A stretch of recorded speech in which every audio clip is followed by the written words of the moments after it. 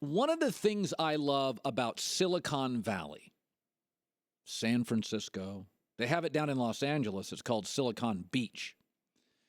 And one of the things I love about tech over Wall Street, that Wall Street may make a handful of people rich, but Silicon Valley not only entertains my kids, entertains me, enriches me, but the way it spawns and creates multiple companies off of success. Let me explain that to you. In Wall Street, if you do an IPO, 12 bankers get rich. Then they go buy third homes, fourth boats, a bunch of horses, and find tax and art write-offs, right? But in Silicon Valley, Snapchat this weekend had an IPO, meaning they went public, and it created 300 millionaires in the company. And do you know what half of those young millionaires will do? They won't buy a house. They're millennials. They don't want a 10,000 square foot house. They won't buy a boat. What they'll do is leave Snapchat and create new companies. That's what I love about millennials. On Wall Street, even if you're great, you enrich yourself and a handful of others. But my family gets nothing out of it. You don't entertain my kids. You don't create YouTube, give me endless hours of entertainment. You enrich yourself, you and 12 private equity guys. Enjoy your third house in the Hamptons and your Miami condo where you go and cheat on your wife. But in Silicon Valley, at Snapchat, 300 millionaires created this weekend. Half of them will leave and create microeconomies elsewhere and will hire hundreds and hundreds of people, starting with dozens going to 100. It's a more selfless economy. It's an expansive, it's like an annuity. It keeps paying over and over and over.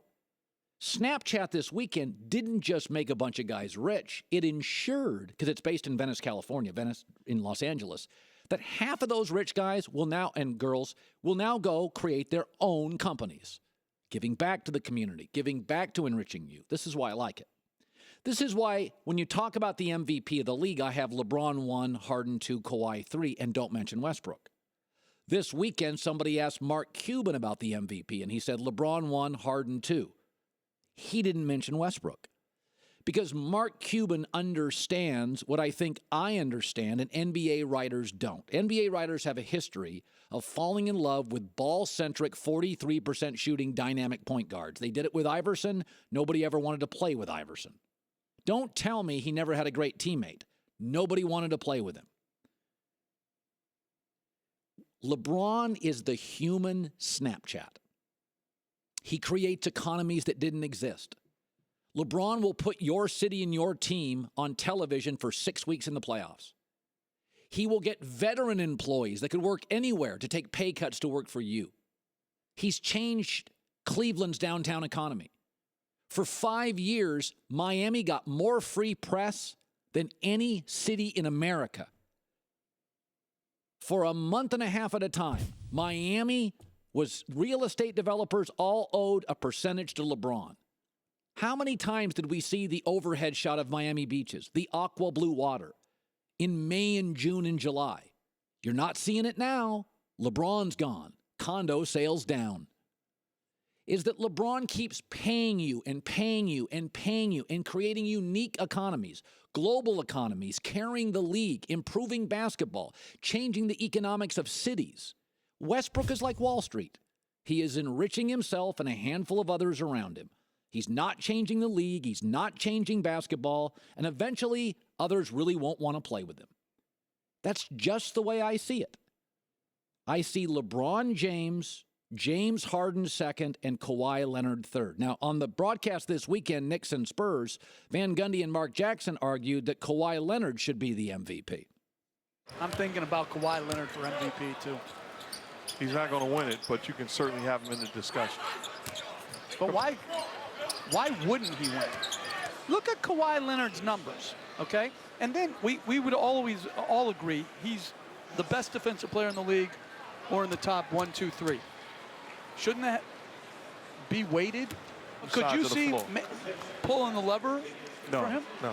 And that's what respect to him. I appreciate him. I admire what he does. I'm surprised. But those two guys are having all-time great seasons. But I'm going to argue, so is he. I'm not going to argue against you. Then stop arguing. But the argument is Kawhi Leonard does more things better. Get over this triple-double crap. We've already set an NBA record for triple-doubles. It's like arguing that Andy Dalton's a great quarterback because he throws for 4,000 yards. We already have 79 triple-doubles, and we got 5 weeks to go in the regular season. With all the possessions in the league right now and the three-pointers, points are easier. Assists are easier. Long rebounds for guards because people are shooting more jumpers. The ball's ricocheting off the rim. Guards are having more rebounds. You got to get over the triple-double. Russell Westbrook averages 5.5 turnovers a game, has 14 technicals, and shoots 42% from the floor. LeBron's a better defensive player. LeBron's a better player. LeBron's shooting 54%. Russell Westbrook's 42%. Westbrook, to me, is Wall Street. He's enriching himself and a handful of others. LeBron is the human Snapchat. He is paying the league off. He's paying basketball off. He's paying cities off. He's paying the Eastern Conference off.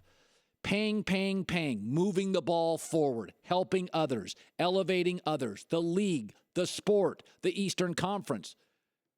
Miami now doesn't get 6 weeks of free infomercials on ESPN and TNT.